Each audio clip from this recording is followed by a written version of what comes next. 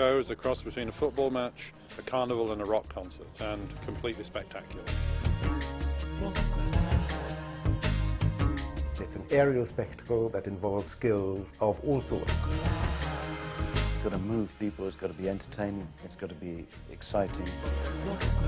We're going to have 80 people in the performance at any one time, and they're going to be coming out of the roof, coming out of the floor, coming out of the walls. I love to be stimulated. I need to be hit physically, emotionally, and, if possible, in my imagination. And if we can do that with this show, we will have succeeded.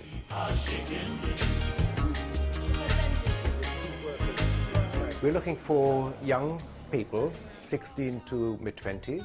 Athletic, fit, musical, excited about being in the entertainment business. People who come from maybe a gymnast center or from a dance background or from a theater background, climb ropes, to hang on trapezes, to perform very, very extraordinary tricks. You don't need your feet very much for this, you need wings.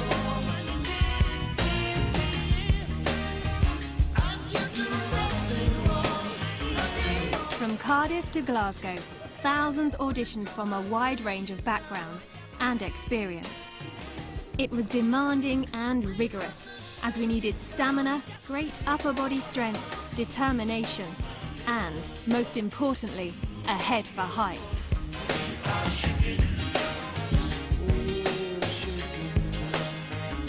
Everybody in the room has made it.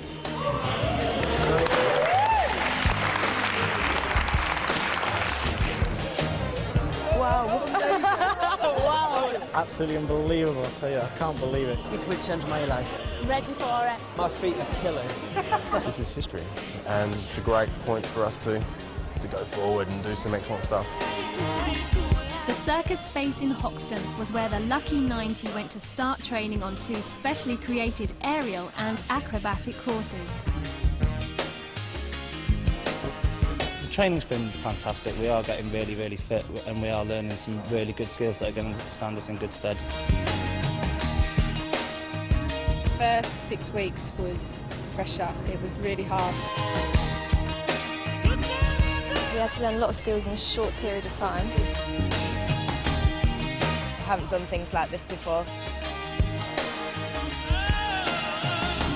I've grown extra limbs. It's been incredible. Oh my gosh. By April '98, a giant space 27 metres high had been built in East London. Here, a wide range of equipment could be tested and tried out by our budding and excited aerialists.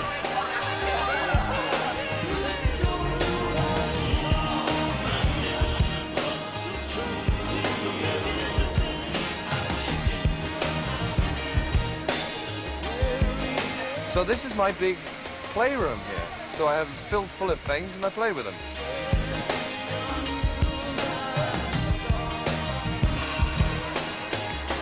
We're still trying things out and seeing what works and what doesn't work. Exciting, scary, but yeah, mostly really, really exciting. At one point in the show, I think there's about 36 performers actually flying during the show. So tailoring each bit of equipment to allow that to happen, and sort of air traffic control, if you like.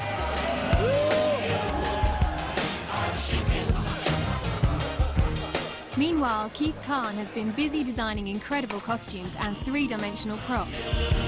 What we're doing in the next few months is really trying out stuff, working very closely with the performers, developing stuff for the soloists in order that it reflects them. So we're not doing stuff that's impositional on the performer, but really in consultation and in conversation with them, we're actually evolving stuff that won't have been seen before. The big difference here is that however big we think this space is, and it is a fairly impressive building, once you're in the dome and you've got that huge void above you, whatever we've been doing here, even if you replicate it exactly, is going to feel totally different. So one of the biggest issues is acclimatisation of the performers, and we've got a whole programme to try and deal with that. It's the first time I've had absolutely nothing underneath it at all. I don't want to... How much do I trust my riggers? Wicked. That's mad. Just getting used to that is going to be amazing. nice after working all that time at Circus Space and 3 Mills. It's nice to finally get here. It feels good because it feels like we're actually achieving something now. It's a lot bigger than we thought it was going to be. After spending so long in here as a building site, when this place is full of 12,000 people, it's going to take on a different vibe completely. And knowing what it's like to perform in front of a live audience, this is going to be a very special night. I can't wait. I can feel the adrenaline rush already. I want to go higher, faster. Time is ticking away towards the Millennium and we're going to go for it. It is the shared experience at the heart of the Dome, in one of the largest undercover spaces in the world. And so, the scene is set, and the story unfolds in 3 acts. The whole show looks mad, really big. I'm really excited by it because you think, oh, well, I'm going to get the chance to fly around that far, that fast. We're going to be doing it 3 or 5 times every single day. That's a lot of shows in a year. But I really don't think that diving out of that is ever going to become monotonous or boring. And you're always going to have that feeling. This is the story of a family divided by internal conflict and by the great changes going on around them. A family in transition, each generation struggling with the coming and the passing of their own time. 5 principal characters will convey the narrative of the story. Theo, a father who loved the earth and everything that grew from it. And Beth, a mother who knew too much and tried to mediate until her family was torn apart by defiance and deceit. As far as playing a father figure, I don't have to climb or swing. The idea of working within a space like that is to actually be able to project an emotion, project a character to so many thousands of people.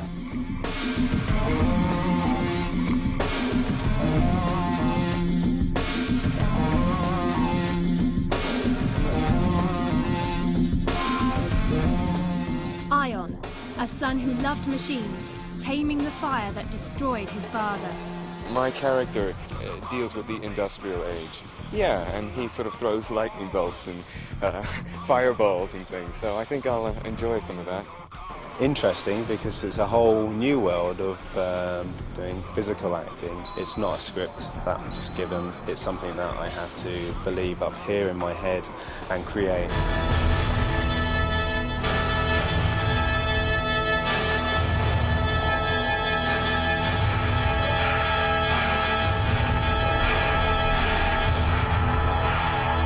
It's not at all what I expected, because I've been up on top of the sway pole, and they told me after I came down, I joked, I said, oh, it's not high enough, and he said, oh, that's good, because it's going to go on top of a tower, and I was like, no!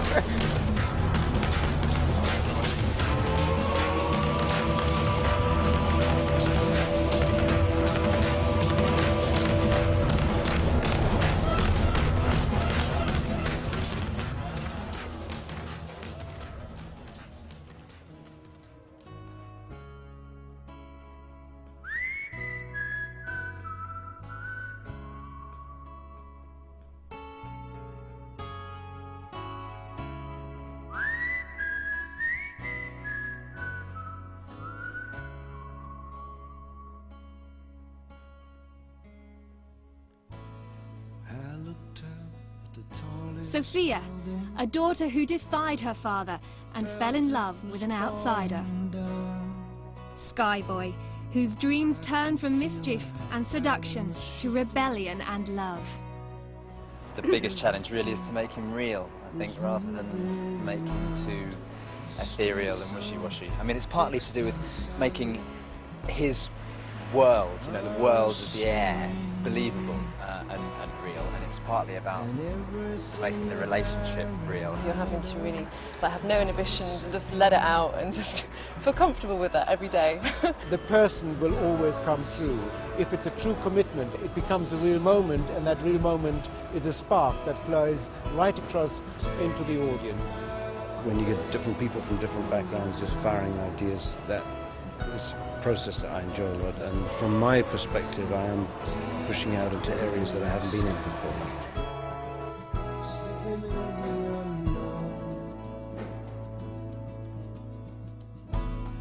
I stand there, watch you spinning, till I am drawn in. Centripetal force, you pull me in. You pull me in. Pull me in. Pull me in. It's a story of humanity, of dreams, of disorder, and promises for the future. We hope that what we will leave with the audience is a great upbeat feeling that we may not know what the future holds, but at least we can aspire to deal with it with confidence. 3 generations of a family, 2 forbidden lovers, 1 extraordinary show. The Millennium Show, only at the Dome.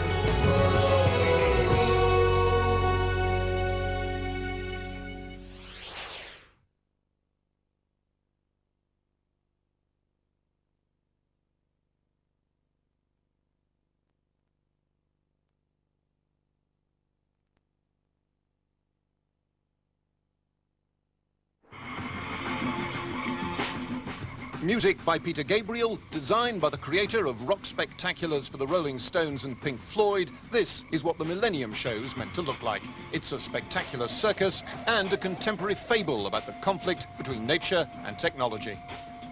I want our audience to come away from the show feeling that it was exciting, that it was amazing, and that it was worth coming to see it. The biggest challenge, the vast size of the dome itself. Individuals are dwarfed. Creating something sufficiently impressive to fill this huge space is a demanding task. As soon as it's a blackout, it's an instantaneous stand-up. They've been turning the vision into reality in a specially built space across the Thames from Greenwich. Today, an extract from the show was performed publicly for the first time.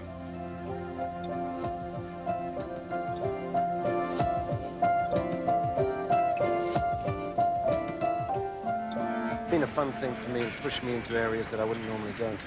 It's like a huge playroom, so we got an opportunity to imagine all sorts of things and then see them realize it. So it's been very exciting from that point of view.